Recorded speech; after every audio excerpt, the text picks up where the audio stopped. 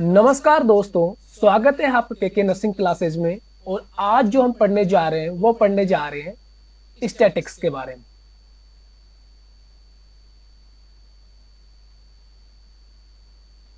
Statics के बारे में पढ़ेंगे। सबसे पहले हम जान लेते हैं स्टैटिक्स होता क्या है। यह एक प्रकार की क्या है, साइंस है जिसके अंदर डाटा के कलेक्शन और स्टडी की जाती है, जिसमें डाटा की कलेक्शन और स्टडी की जाती है। मतलब आंकड़ों का संग्रह व उसके बारे में अध्ययन करने वाली साइंस को हम स्टैटिक्स कह सकते हैं। ठीक है, नेक्स्ट बात करें कि स्टैटिक्स के प्रकार कितने हैं। तो स्टैटिक्स मूलतः दो प्रकार की होती है। एक होती है डेस्क्रिप्टिव स्टैटिक्स और दूसरा प्रकार है वो है इनफेरेंटियल स्टैटिक्स।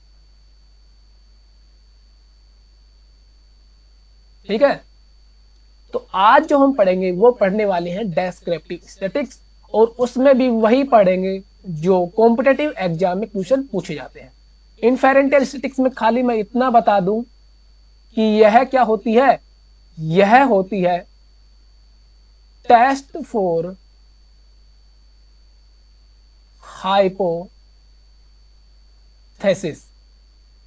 हाइपोथेसिस के टेस्ट किए जाते हैं इस स्टैटिक्स में।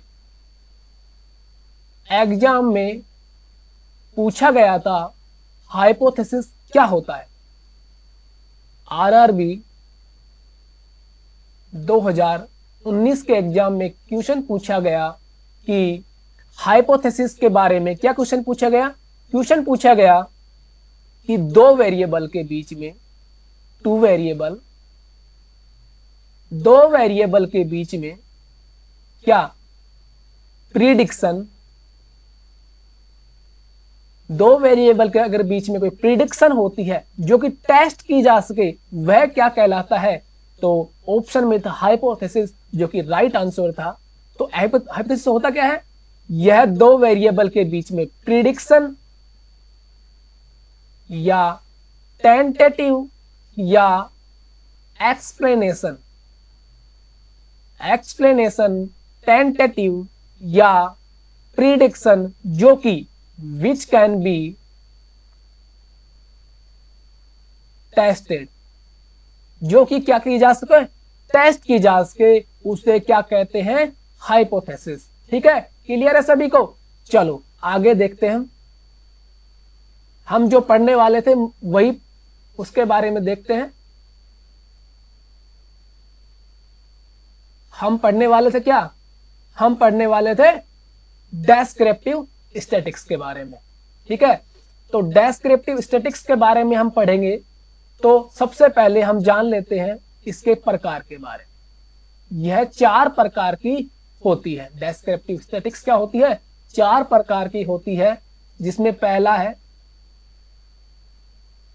Measuring of central tendency, then see measuring of central tendency. ठीक है, इसके अंदर भी तीन प्रकार है। फर्स्ट है मीन, जिसको हम डिनोट करते हैं एक्स बार से। सेकंड है मीडियन, जिसको हम डिनोट करते हैं एम से। और थर्ड है मोड, मोड को हम डिनोट करते हैं जेड से। ठीक है, तो ये क्या हो गया, फर्स्ट प्रकार हो गया, जिसमें हम क्या पढ़ा, मेजरिंग ऑफ सेंट्रल टेंडेंसी, जिसके भी तीन प्रकार हैं, मीन, मीडियन और मोड। नेक्स्ट बात कर लेते हैं, सेकंड बात करते हैं। सेकंड है measuring of dispersion, measuring of dispersion, इसके अंदर भी 4 प्रकार है। पहला है रेंज, दूसरा है मीन डेविएशन, तीसरा है स्टैंडर्ड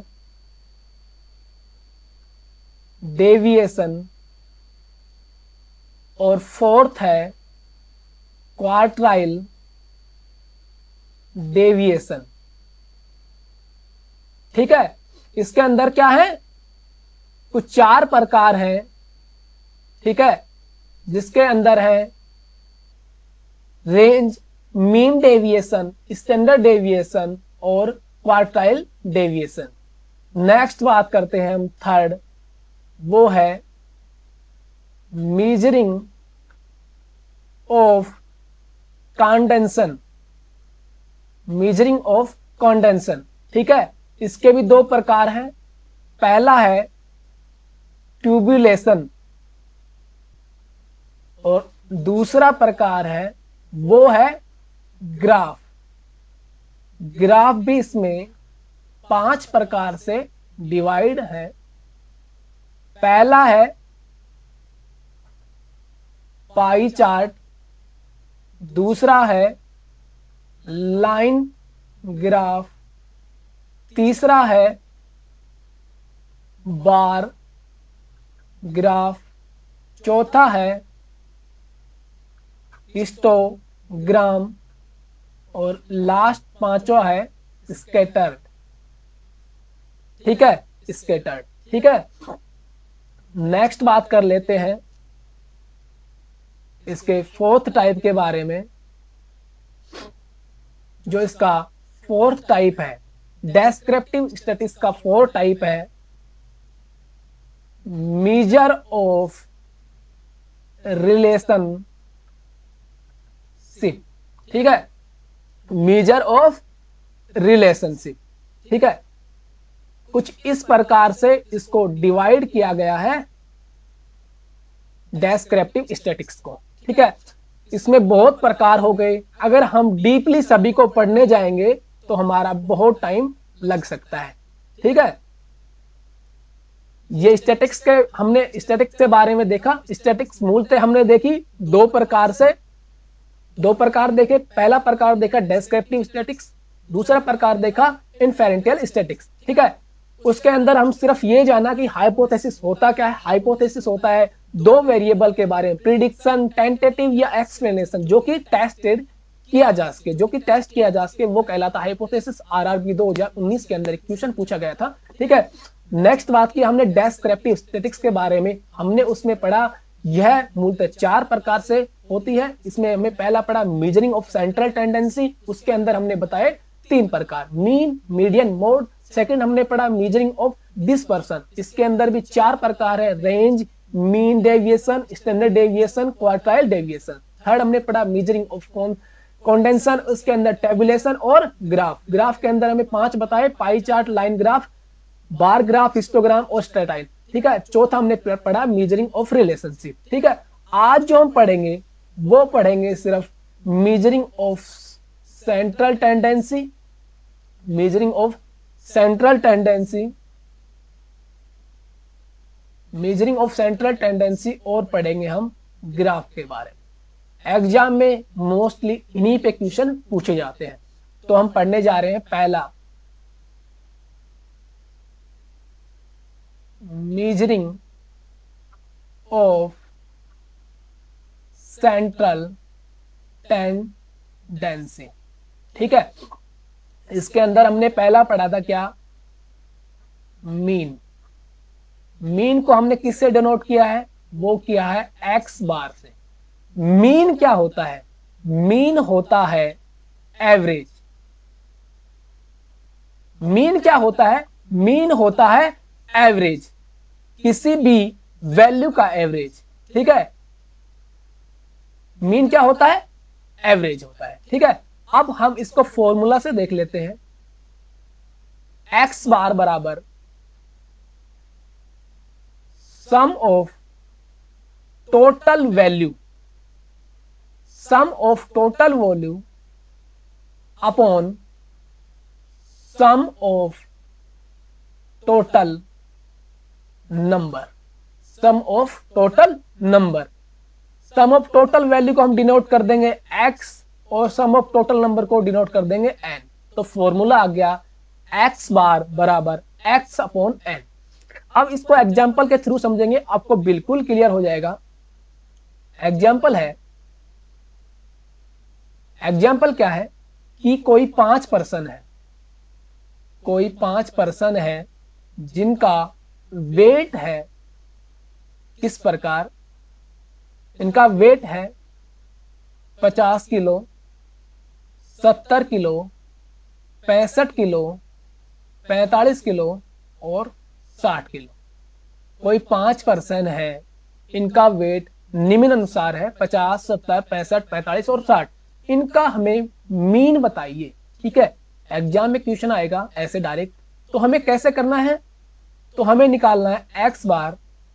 हमने पढ़ा है सम ऑफ टोटल वैल्यू, सभी जितने भी वैल्यू है इनका सम कर देंगे, मतलब टोटल करने वाले हैं। तो क्या होगा 50 plus 70 plus 65 plus 45 plus 60 upon sum of total number, जितने भी नंबर, कितने नंबर है 1 2 3 4 5, तो कितने हो गए 5। इसको हम इससे भाग दे देंगे, इससे विभाजित कर देंगे, तो हमें मीन ज्ञात हो जाएगा। टोटल करते हैं 0, 6 और 4 10, 16, 16 और 7 23 और 5 28, 29, 290/5, ये हो गया 55, 25, 4 40 58। तो ये आ गया 58 kg इसका मीन। ठीक है, क्लियर है सभी को। चलो आगे देखते हैं, सेकंड बात कर लेते हैं, सेकंड बात कर लेते हैं, सेकंड बात करते हैं मीडियन। मीडियन जिसको डिनोट किया है हमने एम से, ये क्या है, ये है पोजिशनल, पोजिशनल एवरेज। ये क्या है, एक प्रकार से पोजिशनल एवरेज, मतलब नंबरों को किस पोजीशन में रख के उसके बीच का एवरेज निकालना है। ठीक है, इसमें क्या करना होगा, सबसे पहले जो भी नंबर दिए हुए हैं, जो भी डाटा दिया हुआ है, डाटा को क्या करेंगे, असेंडिंग,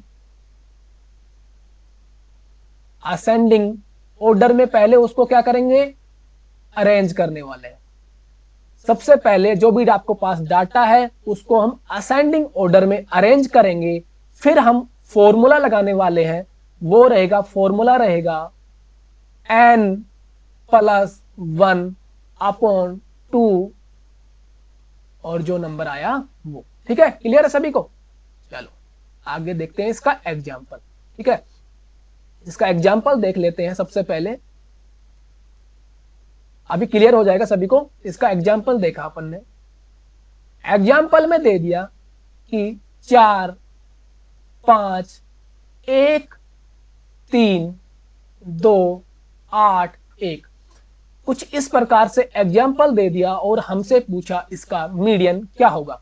सबसे पहले हमें क्या करना होगा, छोटे से बड़े क्रम में उसको हमें लगाना होगा। तो इसको हम छोटे से बड़े क्रम में लगाते, 1 आ गया, दोबारा से 1 आ गया, 2 आ गया, 3 आ गया, 4 आ गया, 5 और फिर 8। हमने इस प्रकार इसको लगा लिया। ठीक है, इसके बाद में क्या कह रहा है, n। तो n क्या हमने पढ़ा है, n पढ़ा है नंबर। कितने नंबर है, 1 2 3 4 5 6 7, 7 नंबर है। ठीक है, उसको हमें क्या करना है, उसको करना है +1 से और उसको हमें विभाजित करना है 2 से। तो 7 और 1 कितने हो जाएंगे, 8/2। तो क्या होगा, फोर्थ जो नंबर रहने वाला है, जिसमें क्या रहेगा 1 2 3 4, मतलब इसका मीडियन क्या है 3। आंसर क्या आ गया इसका, इसका आंसर आ गया 3। क्लियर है सभी को, मीडियन, मीडियन सभी क्लियर है। चलो आगे देखते हैं, हम लास्ट बात कर लेते हैं मोड के बारे में। हम पढ़ लेते हैं थर्ड।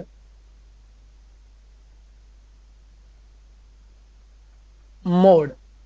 हमने देख लिया मोड को हम किससे डिनोट करते हैं, जेड से। ठीक है, इसके अंदर क्या होता है, इसका मतलब होता है हाईएस्ट फ्रीक्वेंसी। जो भी आपको डाटा दिया गया है उस डाटा के अंदर जो भी नंबर, जो भी डाटा हाईएस्ट फ्रीक्वेंसी के अंदर जो मौजूद है उसी को हम क्या कहेंगे, मोड। ठीक है, तो मोड देख लेते हैं हम एग्जाम्पल से समझते हैं। जैसे कि एग्जाम्पल है 1 4 3 1 7 3 1 2। ठीक है, दोबारा 7, चलो ऐसे कर लेते हैं। अब हमें फ्रीक्वेंसी देखनी है। सबसे पहले फ्रीक्वेंसी 1 की देखते हैं। एक बार आया है, 2 बार और 3 बार। तो 1 कितनी बार आया है, 3 बार। दूसरा कौन सा नंबर रिपीट हुआ है, ये आया 3। 3 कितनी बार रिपीट हुआ है, 2 बार रिपीट हुआ है। इसके अलावा कोई रिपीट हुआ है, इसके अलावा 7 रिपीट हुआ है 2 बार। तो हाईएस्ट फ्रीक्वेंसी किसकी है, ये एक नंबर की। एक नंबर 3 बार आया है इसमें, तो इसका मोड क्या होगा, इसका मोड रहने वाला है 1, क्योंकि 1 इसमें सबसे ज्यादा फ्रीक्वेंटली नंबर आया है। ठीक है, क्लियर है सभी को। तो हम देख लेते हैं इसको कुछ इस प्रकार से, हम इसको थोड़ा छोटा कर लेते हैं। ठीक है, इसको हमने छोटा कर लिया। हमने स्टैटिक्स के बारे में पढ़ा।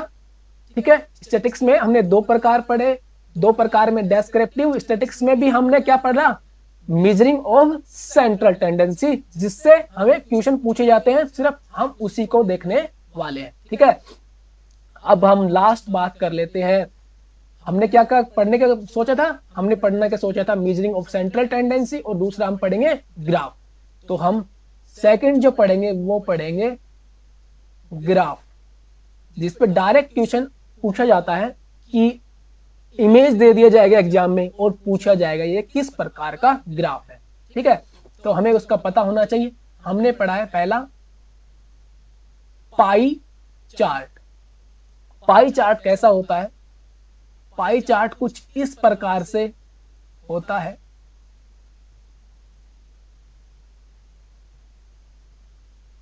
ठीक है, इसमें बता दिया जाएगा जैसे किसी को एक गांव है जिसकी बजट आया है, उसमें इतना % कुछ खाने के लिए है, इतना % खेलने के लिए, इतना % शिक्षा के लिए, कुछ इस प्रकार दे दिया जाएगा। ये किस प्रकार का चार्ट है, ये है पाई चार्ट। नेक्स्ट बात कर लेते हैं, एग्जाम में डायरेक्ट इमेज आएगी और हमें बताना है किस प्रकार का ग्राफ है। ठीक है, तो ये क्या है, पाई चार्ट। नेक्स्ट बात कर लेते हैं हिस्टोग्राम। यह एम्स 2019 में पूछा गया था। इमेज आई थी कुछ इस प्रकार से।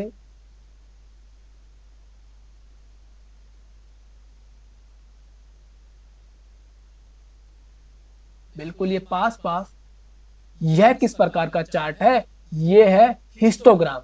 कुछ इसी प्रकार से एक और चार्ट देखने को मिलेगा, वो है बार ग्राफ। बार ग्राफ के अंदर क्या होता है, उसके अंदर ये जो होंगे वो कुछ इस प्रकार से दूर दूर देखने को मिलने वाले।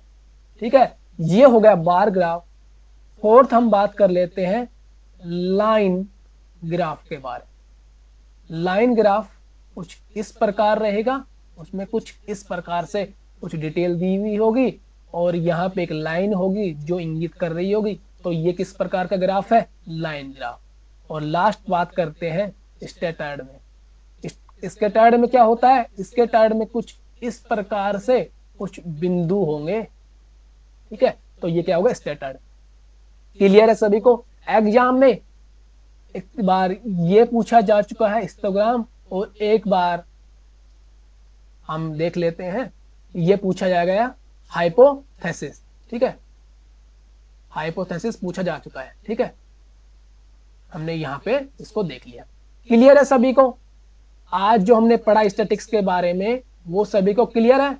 ठीक है, स्टैटिक्स में कुछ इतने क्वेश्चन पूछे जाते हैं, इतना ज्यादा हमें डीप नहीं जाना इसमें। ठीक है, हमें बस इतना जानना है, कुछ मीन मीडियन मोड अगर क्वेश्चन आ जाए तो हम उससे सोल्व कर पाए। ठीक है, अगर आपको इसको डीप में पढ़ना है तो आप कमेंट करके हमें बता सकते हैं, हम इसको डीप में भी पढ़ा सकते हैं। ठीक है, तो आज की क्लास में इतना ही। अगर आपको क्लास पसंद आ रही हो तो क्लास को शेयर कर दे, चैनल सब्सक्राइब कर दे। ठीक है, धन्यवाद सभी का।